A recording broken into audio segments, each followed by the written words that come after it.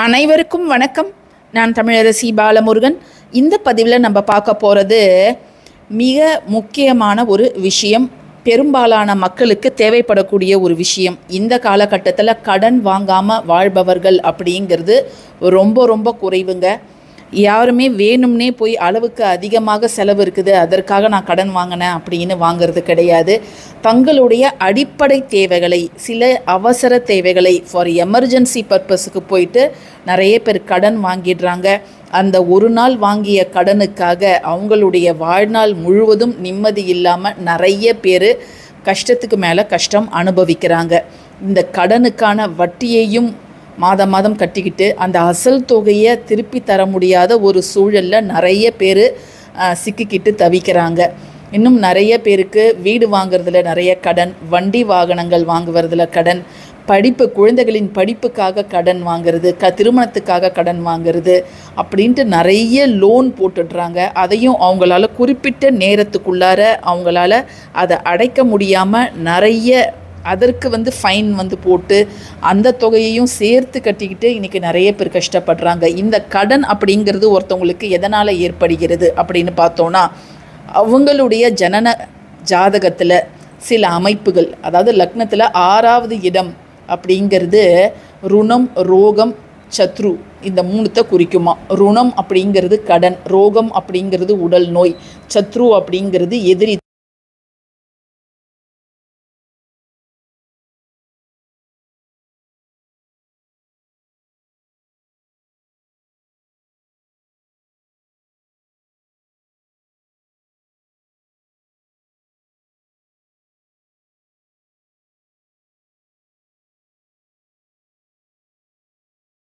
தீர்க்கவே முடியாத கடன் சுமையில் நான் கஷ்டப்படுறேங்க. இதற்கு என்ன வழினே எனக்கு தெரியல. நான் மைத்ரேயி முகூர்த்தத்துலேயும் பணம் எடுத்து வைக்கிறேன், அல்லது நான் ஒவ்வொரு செவ்வாய்க்கிழமையும் சரியாக மதியம் 1:15 மணிக்கு நான் கவரில் பணம் எடுத்து வைக்கிறேன். வெள்ளை கவரில் பணம் எடுத்து வைக்க சொல்லியும் ஒரு வழிபாடு நான் போட்டிருந்தேன், அதையும் நான் செய்கிறேன்.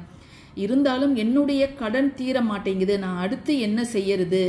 என்னால் ஆன உழைப்பையும் நான் போடுறேன், இதற்கு மேலே எனக்கு உழைக்கவும் என்னால் முடியாது, என் உடம்புல தெம்பு இல்லை அப்படின்னு சில பேர் சோர்ந்து போயிடுறாங்க. அவ்வளவு பெரிய கடன் உங்களுக்கு இருக்கும் பட்சத்தில் நீங்கள் நிச்சயமாக இந்த ஒரு வழிபாட்டை தாராளமாக நீங்கள் இன்னைக்கே கூட ஆரம்பிக்கலாங்க. செவ்வாய்க்கிழமை செவ்வாய் ஹோரையில் சுத்த பத்தமாக இருக்கும் பட்சத்தில் முருகர் மேலே எனக்கு நம்பிக்கை இருக்குது, எனக்கு முருகரை ரொம்ப பிடிக்கும் அப்படின்னு நினைக்கிறவங்க மட்டும் இதை நீங்கள் செய்யலாம். நம்பிக்கை இல்லாமல் சந்தேகத்தோட இந்த பொருள்களுக்கும் கடன் தீர்வதற்கும் என்ன சம்பந்தம், இது ரொம்ப முட்டாள்தனமாக இருக்குது, நீங்கள் எந்த யுகத்தில் வாழறீங்க அப்படின்னு கமெண்ட் செக்ஷனில் சில பேர் கேள்வி கேட்குறாங்க. அப்படி உங்களுக்கு சந்தேகம் இருக்கும் பட்சத்தில் நீங்கள் இதை செய்ய தேவையில்லைங்க, நீங்கள் ஸ்கிப் பண்ணிடுங்க. நம்பிக்கை இருக்கிறவங்க இதை செஞ்சு பாருங்க. ஏன்னு கேட்டிங்கன்னா, இந்த 6 பொருட்களும் அவ்வளவு சக்தி வாய்ந்தவை. பணத்தை ஈர்க்கக்கூடிய சக்தியையும் அந்த கடனை தீர்க்கக்கூடிய ஒரு உத்வேகத்தையும் உங்களுக்கு அளிக்கக்கூடியவை. உங்களுடைய எண்ணத்தை என்ன செய்யும், முடக்கி விடும். இது எப்படியாவது கடனை அடைச்சிடணும் அப்படிங்கிறத உங்களுக்கும் அது உத்வேகம் அளிக்கும். உங்கள் வீட்டுக்காரரோ அல்லது உங்களுக்கு மனைவி வேலைக்கு போகிறாங்கன்னா ரொம்ப சீக்கிரமாக பணத்தை பெரட்டி எப்படியாவது அந்த கடனை நீங்கள் அடைச்சிடுவீங்க. ஏன்னா இந்த கடன் அப்படிங்கிறது செவ்வாய் பகவானையும் வழிபடணும், நம்ம சனி பகவானையும் வழிபடணுங்க. இவங்க 2 பேருமே கடன் சுமைக்கு நம்மை ஆளாக்குவார்கள். அது மட்டும் இல்லாமல் நவகிரகங்களில் முதன்மையான கிரகமான சூரிய பகவானை யார் ஒருத்தவங்க தினம்தோறும் வழிபாடு செய்கிறார்களோ அவர்களுக்கு கடன் சுமையானது படிப்படியாக குறையும். ஏன்னா அவர் இயற்கையிலே நம்ம கண்களால் அவரை பார்க்கலாம். அவரை பார்த்து ஒரு கும்முடு போட்டுட்டு ஓம் ஆதித்யாய நமக அப்படிங்கிற அந்த மந்திரத்தை மட்டும் நீங்கள் தினம்தோறும் உச்சரிச்சுக்கிட்டே வாங்க. நிச்சயமாக உங்களுடைய கடன் சுமையானது குறையும். அது மட்டும் இல்லாமல் பௌர்ணமியில் குலதெய்வ வழிபாடு, தினம்தோறும் முருகருக்கு 2 நெய் தீபம் ஏற்றுவது, இதெல்லாமும் உங்களுடைய கடன் பிரச்சனையை தீர்ப்பதற்கு உதவும். அது மட்டும் இல்லாமல் பசுக்களுக்கு உங்களால் முடிந்த அன்னதானம், இது எல்லாமே கடன் சுமையை குறைக்கக்கூடிய சின்ன சின்ன விஷயங்கள். சரி, இந்த 6 பொருள், ஜாதிக்காய், மஞ்சள், விரலி மஞ்சளோ அல்லது குண்டு மஞ்சளோ, வசம்பு, அதுக்கப்புறம் சுக்கு, கிராம்பு, ஏலக்காய், இந்த 6 பொருள்களும் உங்களுக்கு தேவை. புத்தம் புதிதாக நீங்கள் எடுத்துக்கோங்க. இல்லை வீட்டிலே புதுசாக இருக்குது, ஃப்ரெஷ்ஷாக வாங்க இருக்குது அப்படின்னா அதையும் நீங்கள் எடுத்துக்கலாம். இந்த 6 பொருளையும் தனித்தனியாக பார்க்கும்பொழுது இதற்கு அவ்வளவு சக்திகள் உண்டு. இதெல்லாம் நம்ம ஒன்றா சேர்த்து ஒரு சிகப்பு கலர் துணியில், அதாவது ஒரு சதுரமான இதை மாதிரி சிகப்பு கலர் துணி கட் பண்ணிக்கோங்க. உங்ககிட்ட ப்ளவுஸ் பீஸு ஏதாவது இருந்துச்சுன்னா கட் பண்ணிக்கோங்க. அதில் ஒரு மூட்டை மாதிரி கட்டிடுங்க. எந்த செவ்வாய்க்கிழமை வேணாலும் இதை நீங்கள் ஆரம்பிக்கலாம். வளர்பிறை தேய்பிறையில் தான் ஆரம்பிக்கணும் அப்படிங்கிற எந்தவித அவசியமும் இல்லை.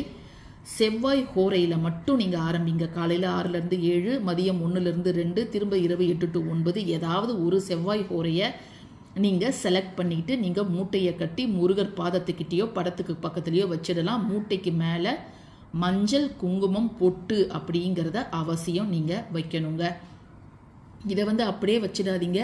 ஒரு வெள்ளித்தட்டோ, பித்தளை தட்டோ, செப்பு தட்டோ அல்லது கிண்ணம் ஏதாவது இருந்துச்சுன்னா நீங்கள் அதில் வச்சு தான் இந்த மூட்டையை நீங்கள் வைக்கணும். தினம்தோறும் உங்களுக்கு சிவப்பு நிற மலர்கள் கிடைச்சிதுன்னா ஒரு மலரையும் இந்த மூட்டை மேலே வையுங்க.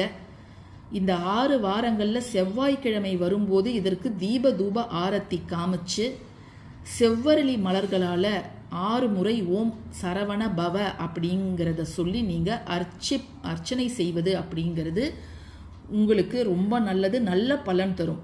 வீட்டில் இருக்கக்கூடிய அனைவருமே இதை தீபதூப ஆரத்தி காமிப்பது நல்லது. கணவன், மனைவி எல்லாருமே ஒன்றாக சேர்ந்து கூட்டாக செய்யும் பொழுது நல்ல பலன் உங்களுக்கு கிடைக்கும்.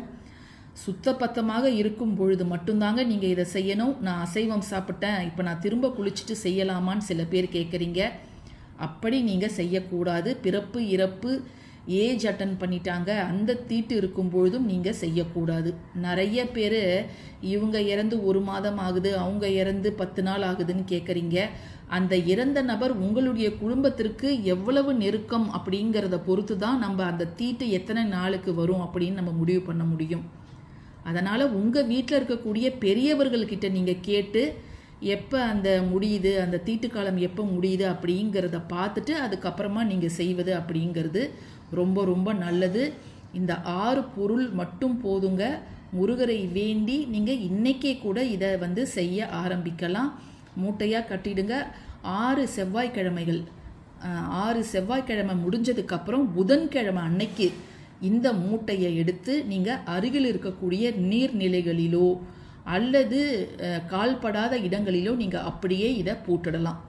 இந்த 6 வாரங்களுக்குள்ளார உங்களுக்கு நல்லதொரு பணவரவு அப்படிங்கிறது ஏற்படும். அதனால் உங்களுடைய கடனை அடைக்கலாம். எதிர்பாராத இடத்திலிருந்து பணம் தானாகவே வரும். உங்களுக்கு தர வேண்டிய நபர் அவர்களாகவே தேடி தருவாங்க. ஸோ இதை நீங்கள் முயற்சி செஞ்சு பாருங்கள். பதிவு பிடிச்சிருந்ததுன்னா அனைவருக்கும் இதை ஷேர் பண்ணுங்கள். தேங்க்யூ ஃபார் வாட்சிங் திஸ் வீடியோ. நன்றி.